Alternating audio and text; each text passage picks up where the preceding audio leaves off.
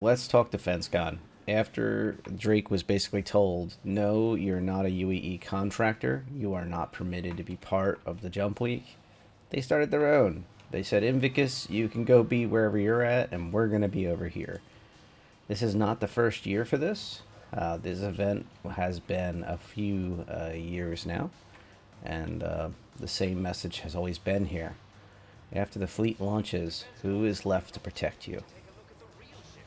And they are kind of veiledly speaking to two different things. One, the pirate threat that's constantly persistent in all parts of UEE space, to a lesser or greater degrees, depending on which system you're in. You know, Pyro is a little more dangerous than Stanton. UEE doesn't even want to run through Stanton unless they bring big guns. And they keep moving. And the flip side of that is the Vandul were allowed to take entire parts of UEE space, whole solar systems, because the UEE Navy Command at the time basically said, we don't have the resources to fight against them right now. We're going to go over to this other system right next door, stack up, and then we're going to go over and fight. Yes, I'm giving you an overly simplistic viewpoint, but I'm not exactly the king of lore, and if you would prefer me to talk about lore, I can. Anyway, let's get back to the ships. That's why you're here. For today, anyway. This ship right here is the Surprise Sleeper. The Vulture has a war bond right now. It makes it 10 USD less than it currently was. And out of the advanced starters, this is one of the most exciting to me. The Drake Vulture is a unique creature in that I can't rent it, unfortunately, so don't get too excited.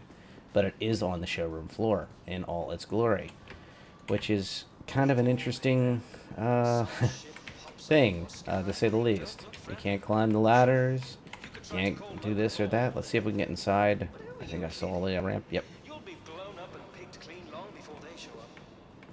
The announcer guy's picking on the UE Navy too. I had to bring that up because I figured there'd be little Easter eggs. He's talking about how you'll be blown up and picked clean. You better defend yourself. But anyway, this is, I would argue, this is probably hand built for the Drake Mule to drive into, or the ROC, probably fit in here. That's a nice little cargo grid at any rate, which is probably what it's really supposed to be. Oh, we can get inside here. And the ladder auto functions. Here's your weapon racks. And also, I would say that there's your closet. And I would say that food prep mixed in with like your batteries, your cooler. On a ship this small, Mason, you're going to love this place.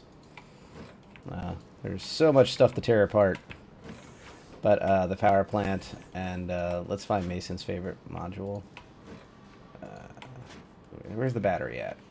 Here it is. The battery, they would not allow you to get to the battery.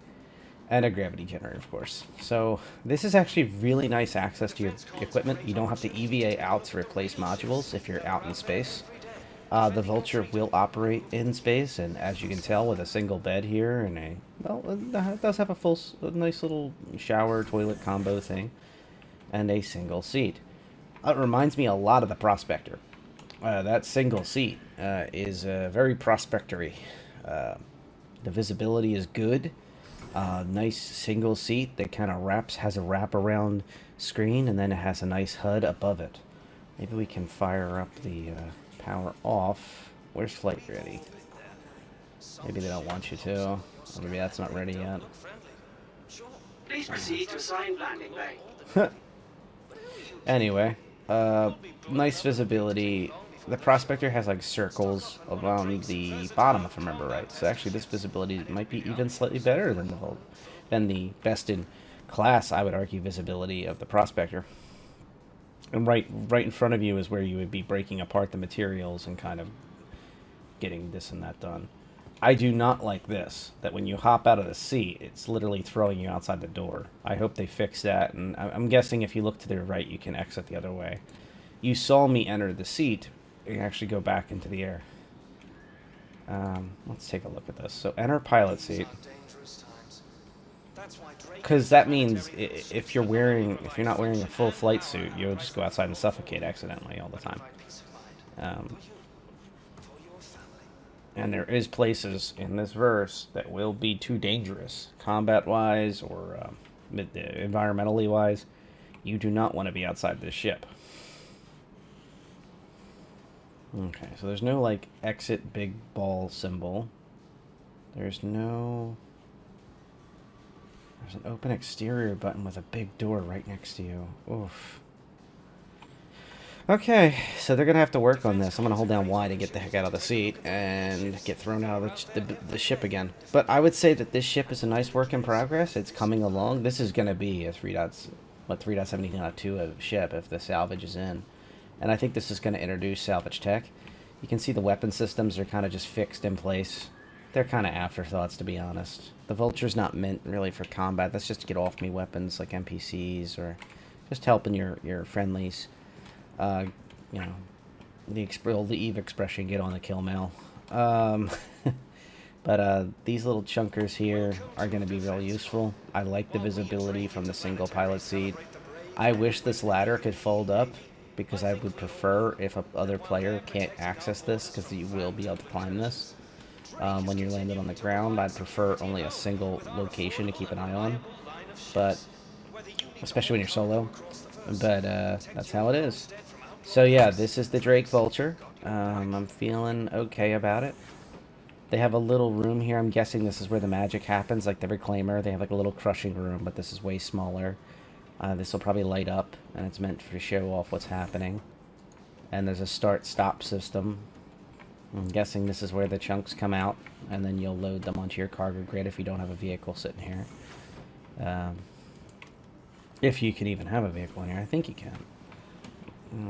It's certainly big enough, size-wise, but it's a question of do they allow it. Okay, so let's go back to the Cutties. The standby of the Drake fleet. Let's talk about that. And with the Vulture, one last thing about that. At a 140 price point, with it looks like I think it's like a $10 war bond reduction for CCU. That is worth it. I mean, if you're sitting on a Nomad already or something like that, it's not a big jump, and that gives you a lot of value. Here is the one of two medical facilities on board the Cutlass Red. The regeneration is on here at the moment. That will go away. People, when you're looking at the Cutlass Red, need to think about, plain and simple, that the future is not going to be that strong for this ship in one way. And another way, it kind of becomes part of a larger apparatus, which is exciting, and a way to constantly make income. This is kind of convoluted, but let me explain. So they're going to lose regeneration. These beds are going to go to a lower tier, and that will still allow you, though, to have two of these beds, a reasonable amount of crew space, like the 2 seats, and you have proper docking on both sides, and you still have some storage with the airlock. And that brings up an interesting point. You can still use this for now as like an Apollo stand-in hopefully until the Apollo comes in. They kept hinting they were going to try to drop the regeneration on the Red.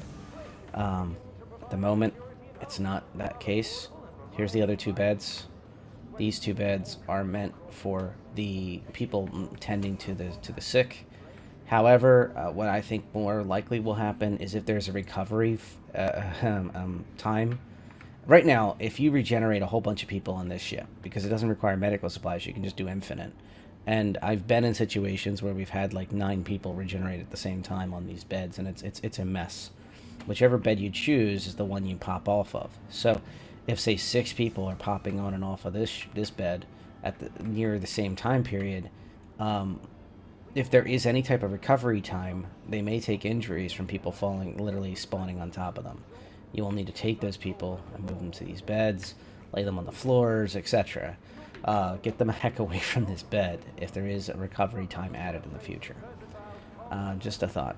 The Cutlass Red has one very interesting thing to it.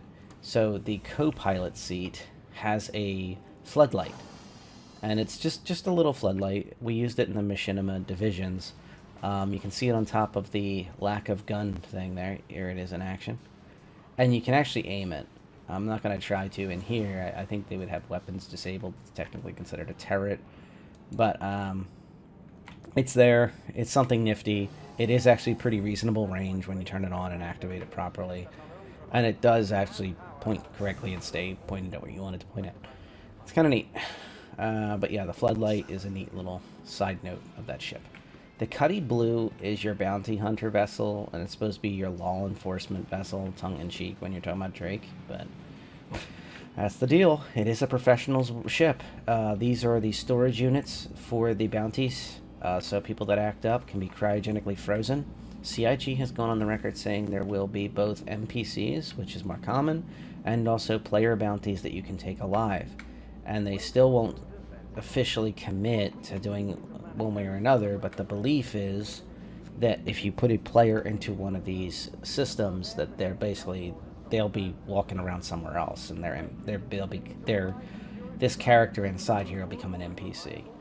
So if you're thinking about being clever, like some of our friends that were theory crafting about the Cutlass Blue, about back before there was troop ships, like many different types of troop ships, the thought was you could cryogenically freeze your 12 nearest friends and use this as a method to move them across a system to go into a fight. That is not the case anymore. And that is not needed. It is not needed. I am jealous and envious of the Cutlass Blue, because I'm more of a red fan, but I am I'm very envious of the Blue's cockpit. When you jump into these seats and they rise up, this circular cockpit has excellent visibility, and it looks much better and a very un-Drake-like, interestingly. But yeah, because the other cockpits are more angular, they have these weird plates shoved everywhere, probably to armor them up. But the Blue is the, aside from the steel, is probably the most expensive one. And you got 175 USD. It's kind of going up over the years a little bit, if I'm not mistaken. And once again, that cockpit is absolutely a looker. It does actually have red and blue lights that flash, by the way, if you turn them on. And if you notice, a proper upgraded turret, as opposed to the red, which has a spotlight. And it's going to be eventually like a tracking system to find people that are lost. Oh, and the red. The future for the red is not going to be regeneration. The future is going to be treating it more like an ambulance, where it can stabilize those who are sick and get them to the help. Like get them to the Hope class Endeavor or the Apollo, or to a station, or etc. And then you can dump them there and get your income from saving them.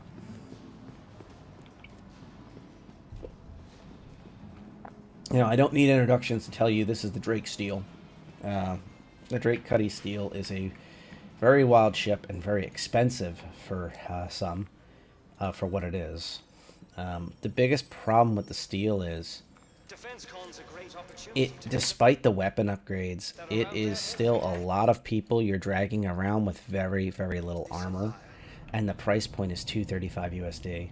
But you can see these nice big doors. The hand side turrets from like the Valkyrie that kind of spin out are both here on both sides. There's actually two on each side instead of just the one like the Valkyrie has. And you can see the just ridiculous number of jump seats. I mean, just in this pod alone, you've got 12. And then back here, just for the heck of it, you have another 6. So this can hold a lot of people, but this is also a very squishy ship to have this many people. Am I saying that Drake Cutlasses are the most squishy ship ever made? No.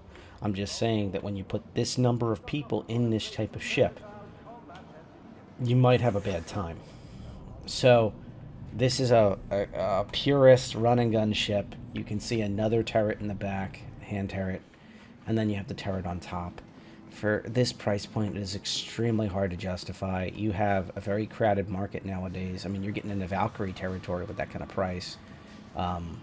And also below this, you have the Legionnaire now, which is smaller, more maneuverable.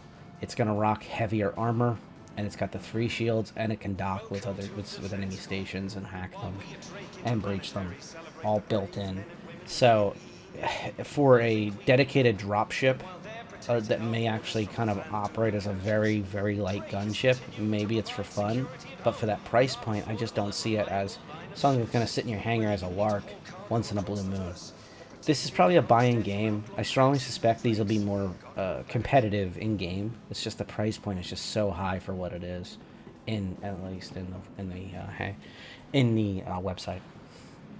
Now on to the actual dedicated Cutty Black, and it's gonna be kind of a weird, refreshing effect here. The Cutty Black is actually great for cargo hauling. I think this is one of the best ships in the game for internalized cargo hauling in this price point.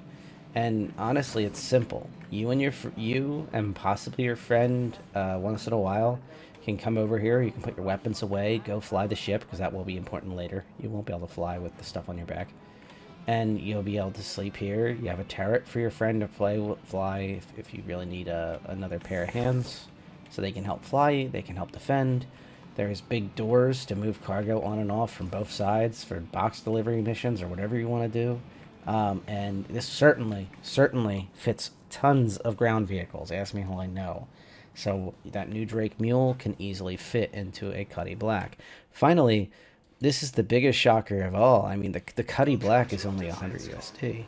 I mean, you're comparing yourself to a Nomad, where a Nomad is basically a dedicated single-player ship.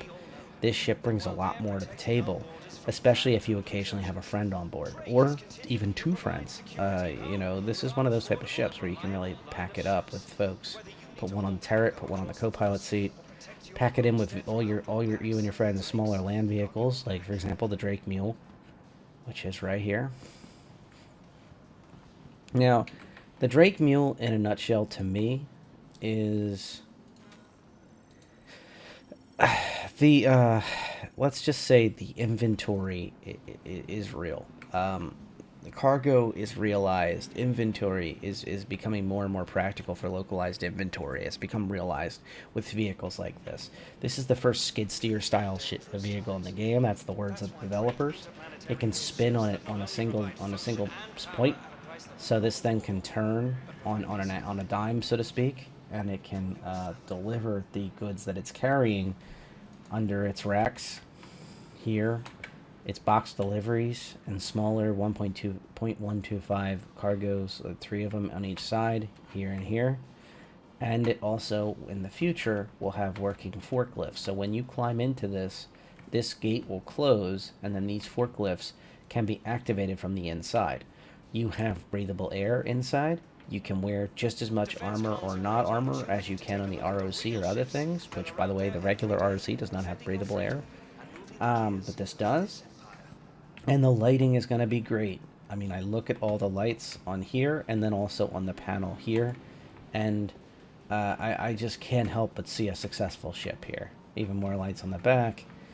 This mechanism is automated, so in the Q&A that I'm reading off the other screen, it's telling me that basically you can set this up to angle out, you drive up to the object, and then it automatically captures the object box and it puts it inside, and there's your grids holding it in place. Now, the clearance of this vehicle is not very good, so off-roading is not the best suited for this.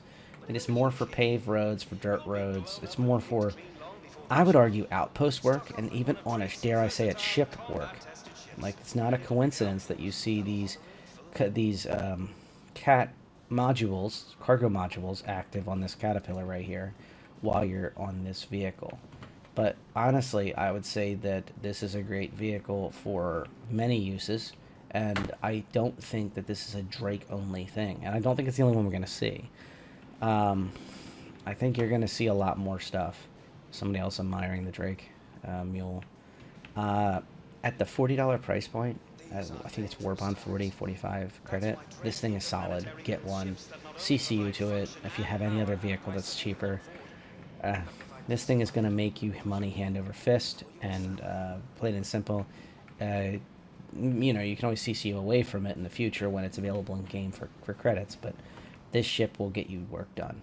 If you want to see some interesting theory crafting by me and Mason talking about working in caves, mining operations, that kind of stuff, check out our Mule video. I'll link it at the end. But the point is that that is going to be the wonderful little LTI token to some eventually. And for everyone, this will be a mainstay. The irony of Drake is, with the UEE spat, is that vehicle right there, if there is no competition to it, between that and the hand tractor beam, that'll be what moves stuff around inside the Javelins and the Idris M's of the UEE Navy and the Bengals. There'll be piles of these things all over the fleet. That's the irony of this. So that means they're going to need a contract with this with Drake to do the Mule. So I don't know what else to say about that. It's going to be interesting. Onto the cat. The cat is a weird creature. It is in game. You can see it. It does have some really cool weapon systems. It does have some really cool technologies and modules. All of these are modules, and then these parking sensors. Like, it's a really crazy ship. Like, it's got high-tech and low-tech mixed together. And I don't know. If I close this up, you'll see kind of that defined Drake front on the ship. And then if I open it up, you know, it has a very aggressive styling, very boxy, in your face. I mean, there's some pretty crazy stuff coming down the line. This front already can accommodate dragonflies and other stuff like that. That is flyable ships that are space bikes and things. So the idea is that could go and attack another ship. And the talk of modules is ridiculous. Possibly even clinic modules and science modules, drug manufacturing modules, all sorts of crazy off-the-wall stuff. It is all talked about because each one of these is a module. Right now, they're just rigged for cargo, and they don't even work right. If you look at the concepts of the Drake Mule, once again, check out that video. These are supposed to lower all the way to the ground. They're supposed to open like this, and then you hit another button, and then they come all the way down here. And then you can load all your cargo with the Drake Mule or with a hand tractor beam, and put everything on there, and then hit the button again, and it takes it back up, and it puts it all the way back up. And these are designed to handle cargo that way, so cargo will not fall off of these racks while you mount things in and out of the ship. So why don't we close one if it'll let me? I think I got both the rental and the nope. Thank you, ship. Very cool. But anyway, the doors close like this. No, they close like that, to be specific, because there is the big tower in the way. And we're going to talk about that in a minute. Really a nice big turret. This ship gives the 600i a run for its money when it comes to its defensive weapons, its offensive weapon systems that are available to the pilot. And I would say that this ship is kind of like right in the same round. Like, you have 3 size 5s on the 600i that are pilot controlled, and then you also have turrets. And if you choose to utilize the remote turret or not, it kind of changes how much damage it can put out, etc., etc. But by itself, it can still do the job. And then with the Caterpillar, you also have the same type of situation. And I would argue that both ships are kind of like the evil twin of one another. The 600i Explorer, especially because it's getting medical, opens up a lot of doors where maybe it's kind of pulls ahead for its price point. But the price point is pretty high to start with, because right now the Cat is still sitting at $330. It did get a price hike, I think it was last year, and it is something where it started out at $225. It war bonds down to $295. Then now it's standalones at $330.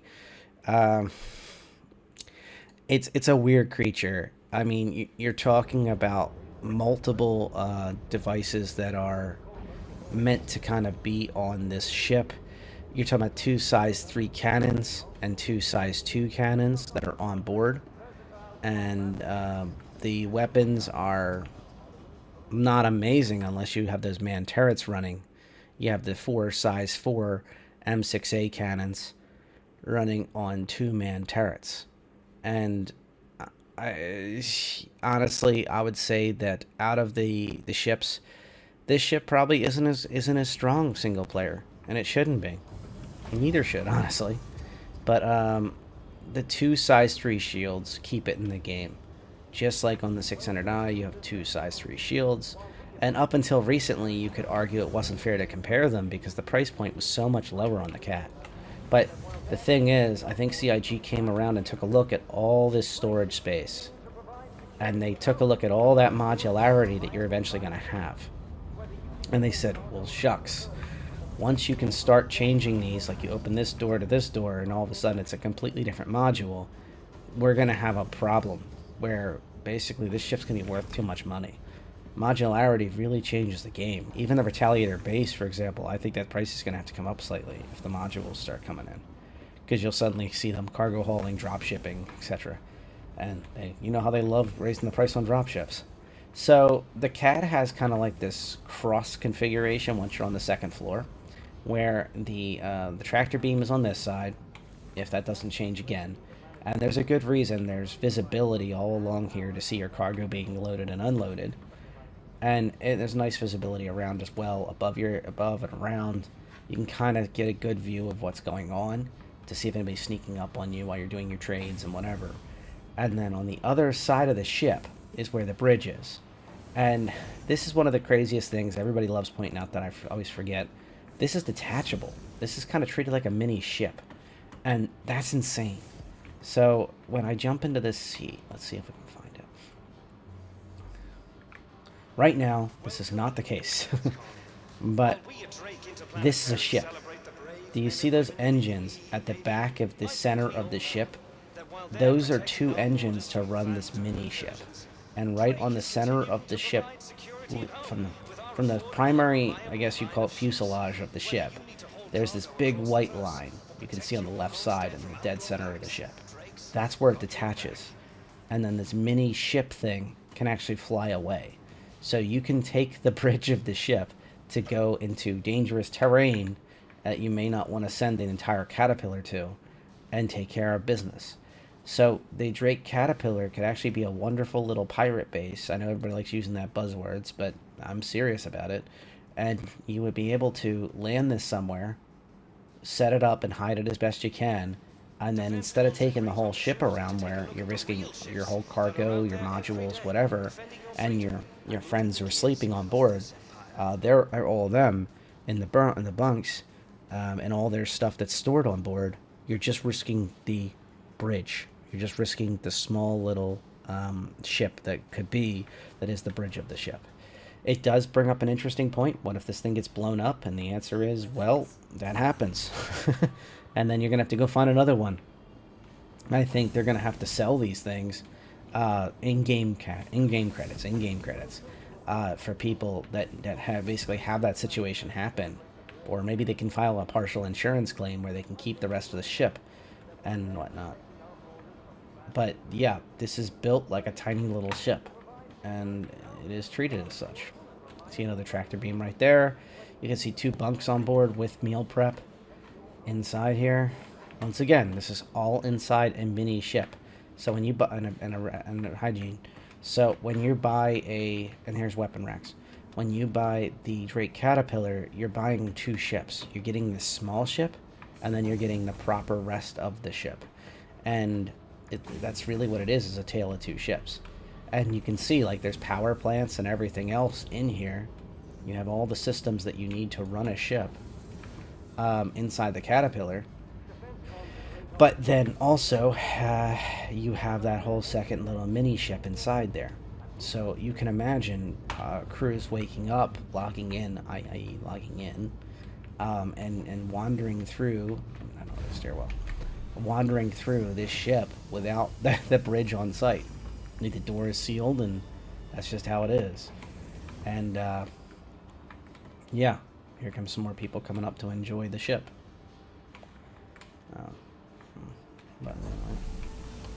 But yeah, here's the actual crew mess. Here's the other bunks, and here's the hygiene. And then the modules.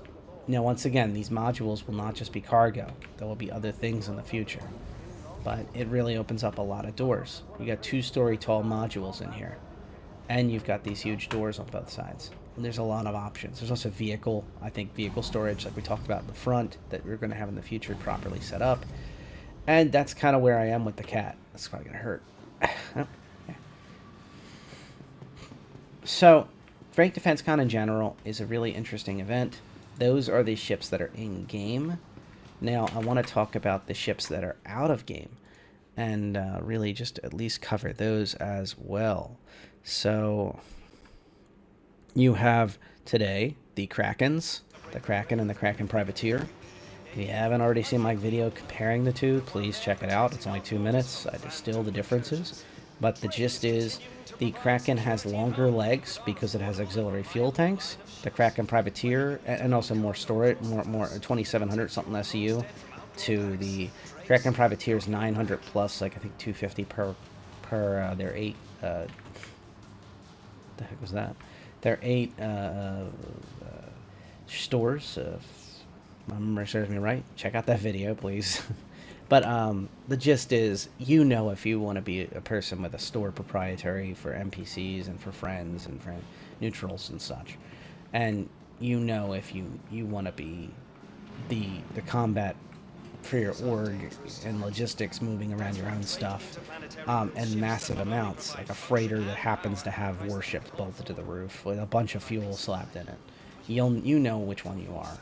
But the Kraken Privateer does have those 10 habs instead of the auxiliary fuel tanks, and also it doesn't get the Dragonfly Bay. But the important part is that if you want to be one or the other. The vanilla Kraken is cheaper. You're talking about, 1,400 and then 1,650 for the credit variant. 1,400 for the credit. 1,400 for the war bond. And then on the Privateer, you got 1,700 for the war bond and 2,000 for the Kraken Privateer on credit. I can't recommend the Privateer unless you're that specific player who really knows you want to have like a moving space station that you can sell from. And I highly recommend the Kraken.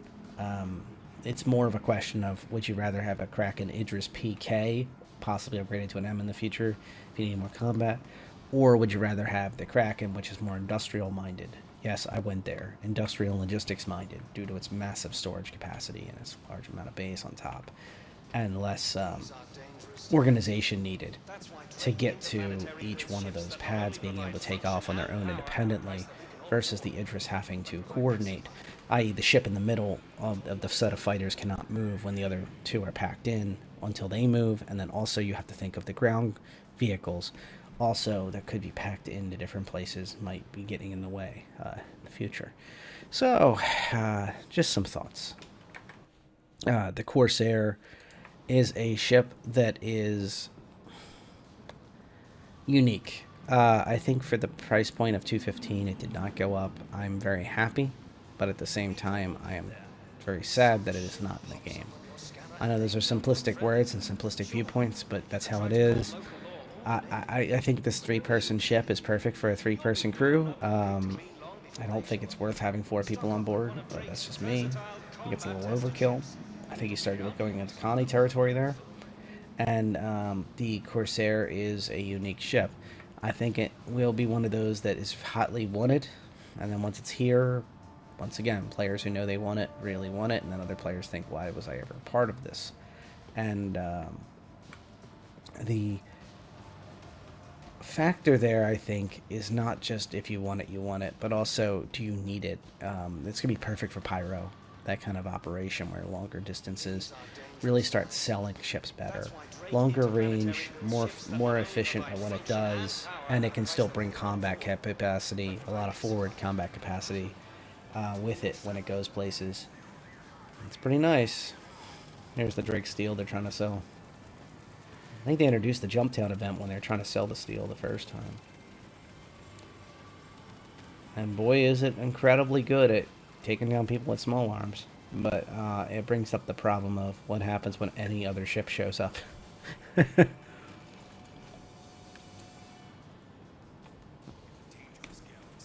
On to the packs. I'm not a fan of these packs. I've long said that the packs are not exactly my ideal operational object, whatever you want to call it. I think that you have to remember that you can't melt the pack without melting the entire pack. Once you start CCUing them, they lose their value immensely to you, because your buying power isn't there. If the ship changes and you're not happy with it anymore, you're stuck with it. But the Drake Complete packs are some of the more interesting of the packs. I have to bring it over just to show you what it has, because it is actually probably the least laden with stuff that you don't want of any of these packs, just because there's so few of the ships. I mean, if you look, you've got a Drake Kraken and a Drake Kraken Privateer in here. I got to tell you, if you're just a Drake a fanatic and you're looking for this, or you're just looking for a couple capital ships that have logistics and have the ability to offer services, that's a powerful combination. And then on top of that, you've got the Caterpillar, which price will explode. You've got the Vulture, which is of course is going to be a new hotness when it comes to mining. You got the Herald data running, salvaging, and then you have the Herald for data running. You have the Mule, which you're going to want anyway. The Cutties, that's a little bit of fluff there because most people want only a Cutty or two, even if you have a big fleet, because you know which ones you want, and the Steel's overpriced. But hey, at the end of the day, this is LTI. So 4,400 for that, and then 4,900 USD for the credit variant. It's insane, but at the same time, that's like the least insane of the packs I've seen this week. Especially because most of the value is literally just sitting in those Krakens. Both of those Krakens, if you do the math. I don't know. I would not recommend them in any way, shape, or form, but if you happen to be in that realm of like melting your entire fleet and considering Krakens is the best thing to go forward with, who knows? I think you can get on the Wave 2 and 3 run. I myself got an Idris P on the Wave 3 just a couple nights ago, and it worked out just fine for me. But I'm going to click through these real quick in case anybody wants to pause the video and kind of see what's available and what the price points are in the US. And that's about it.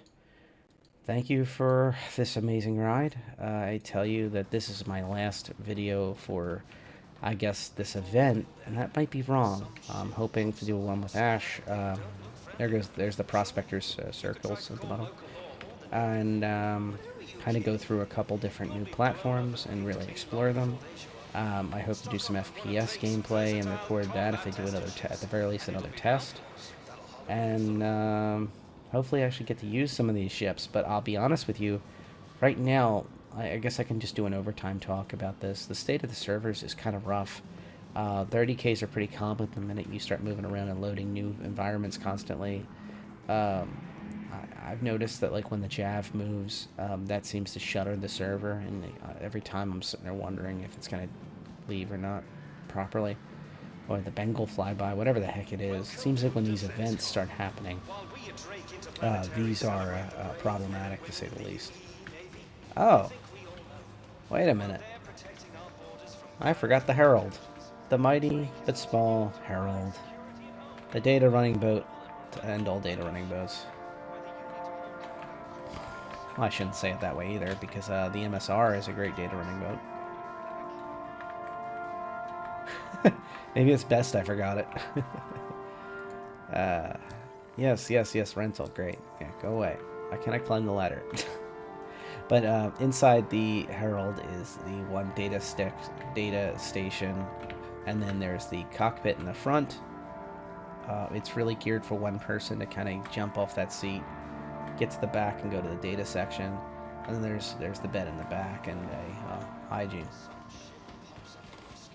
That's kind of how it is. It is very fast. It has wicked fast speed.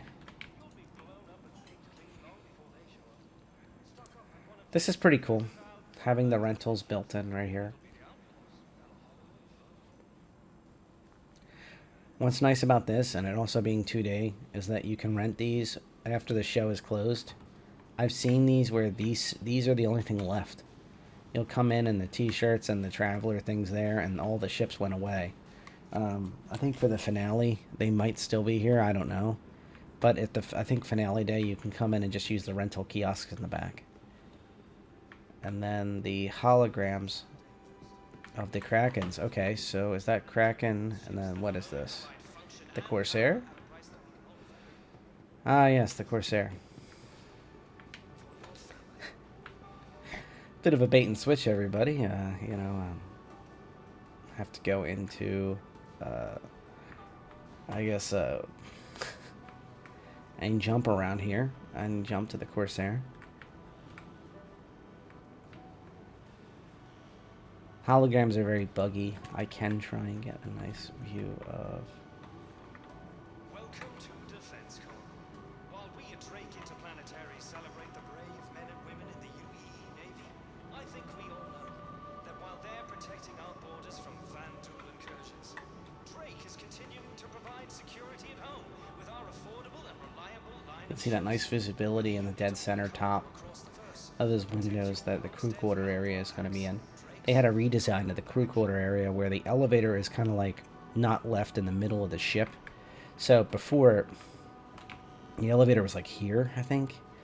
And as it came up, then the front of the bridge was trapped where you couldn't get by. Especially if it was open, it was exposed to space or atmosphere that may be toxic.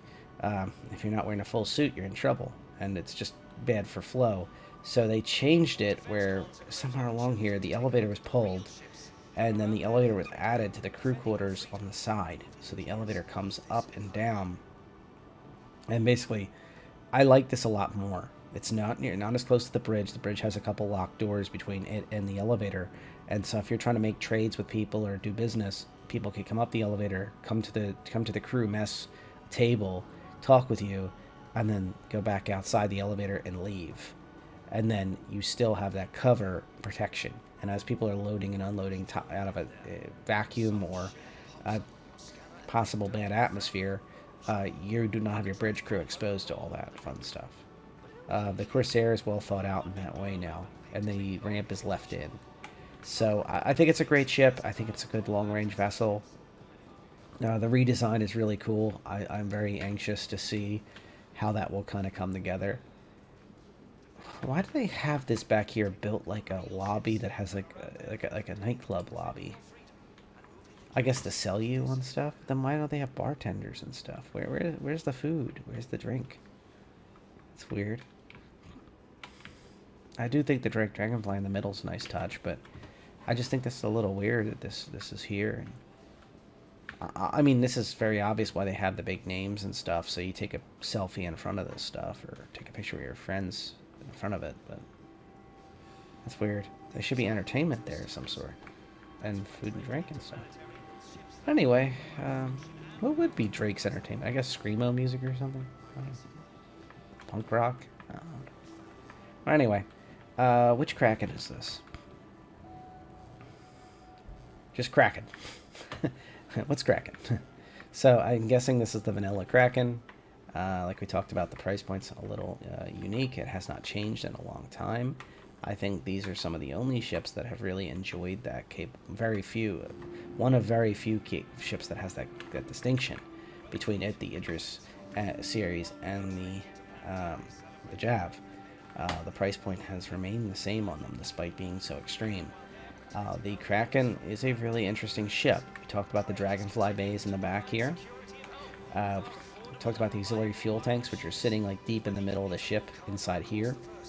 They're like nearly 2 stories tall. And we also talked about the large cargo area. When they built this large cargo area, John Crew himself said that they had to sit down with their finance people and talk them off the cliff, because there was you had to add these stanchions in the middle to kind of break up the cargo area a little bit, because it was just so much SCU for its time. But that has changed now that the Hull series has come online, and you have some really exciting stuff with the quantum technology, where if something this big moves a lot of goods around, this system can adapt. I.e., you can't do the same run 16 times in a row and get the same payout each time. The naturally will adapt. If you fill this entire thing with size 1 stalwart shields, and you deliver them to the same spot, the price of size 1 shields in that area will plummet, and then the next delivery will be far less worth it. So you'll have to constantly find new routes. That was one of the big focuses. If you look at these hangar doors, they're really big. These hangar doors are designed to accommodate... They have a picture of a Buccaneer out of these 2 hangars. And then the idea is that these elevating systems can lower into here, or it can come up. It's very convoluted. But the way these pads are, there's 4 of them technically, even though you can tell this one don't move. But they are supposed to be able to lower, as I understand it, and then the rail system, like as if on the side of a carrier, can push them inside and then they can work on them in there. And only one ship could fit into each of these hangars, supposedly. So these hangars are designed for like extra small ships. And I think with the way sizing has changed recently, with the Polaris, with the Odyssey, with the extra small hangar, I think they're going to have to change that a little bit probably yet again. On this side's the crew quarters, interestingly, and some cargo.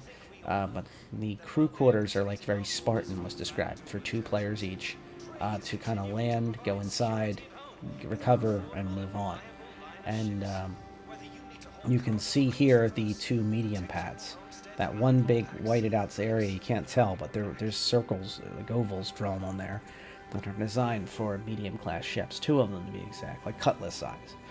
But many people have debated the ability to put 1 large ship on there, following the if it fits it sits model. So if you could do that, you could put an Apollo on there and suddenly have medical facilities. So that's going to be a major debate in the future for the Kraken owners. Unlike the Idris, where they can just say, look, it can't fit through the doors of the front and the back, case closed. This ship, a lot of stuff can fit on top of those pads, because you had open air pads, and it's going to be pretty interesting. Here's the one major defensive turret without its weapons. It doesn't have the big guns on it. The big old systems on board. And I think this is a really cool position to have the best guns in the ship. The size 7s are sitting on top of here, and they're pair, where this entire turret can spin around and protect the pads. So basically, that is your air traffic control. If the bridge says, no, you're not allowed to land, and people ignore them, this thing will tear into them. That little Cutlass Steel will be ripped open like a tin can by something this large and this powerful, to be blunt. I think that the other turret in the front's a nice touch, too. I just think there's a lot of weapon systems on board. Can't wait to see how the PDSs also develop for a ship of this size. Even though it is Drake, it is not a true military vessel. It should have a decent amount of PDSs. Although I am nervous about its damage control and its lack of armor. Unless CIG reimagines the difference between military and civilian class vessels, this is really just a weaponized civilianized vessel, civilian freighter, basically, with a bolted on flight deck. That has been done in the past. I did a video about the Atlantic Conveyor and its sister ship. But the ability of this ship to defend itself, it's not really meant to sit there in a slugfest. It's, as I understand it, and as it's concepted now, and that could change again, the idea is that this ship is more of it could act in a combat logistics capacity on the edge of a fight, delivering all those wonderful little ships and the bigger ships, and then getting out of dodge, and then coming back to collect them later on. So, like, that's kind of the idea, is that this thing is not meant to have the thick skin to be able to sit there and slug along with the javelins, and the Idris is firing the size 10 weapons.